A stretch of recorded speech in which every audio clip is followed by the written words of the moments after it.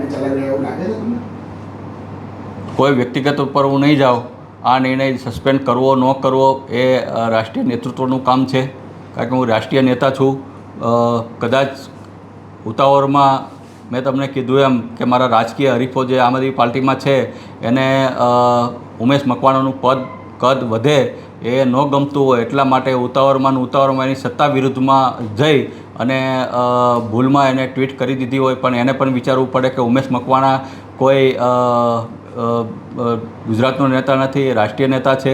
Suspend કરવું હોય તો પહેલાં રાષ્ટ્રીય જે નેતૃત્વ હોય, શીર્ષ નેતૃત્વ હોય એના પૂછી વિશ્વાસમાં લઈ અને કરવું, અને કર્યા હોય તો મને વાંધો નથી. મેં તમને કીધું એમ કે મારી ગુજરાતની જનતાનો હંમેશા ઉમેશ મકવાણા અવાજ બન્યા છે, અવાજ બનતો રહેશે. ધારાસભ્ય તરીકે ક્યારેય ઉમેશ મકવાણા રાજીનામું આપવાના નથી અને હંમેશ મારા કોળી સમાજ હોય, મારો ઓબીસી સમાજ હોય, પછાત સમાજ હોય, હંમેશા એનો અવાજ ઉઠાવતા રહે છે. મેં તમને કીધું એમ આમ આદમી પાર્ટીના અમુક નેતા, પાર્ટી નહીં અમુક નેતા પોતાની વિચારધારામાંથી ભટકી ગયા છે, એટલા માટે થઈને ઉમેશ મકવાણાએ તમામ પદોમાંથી રાજીનામું આપે છે.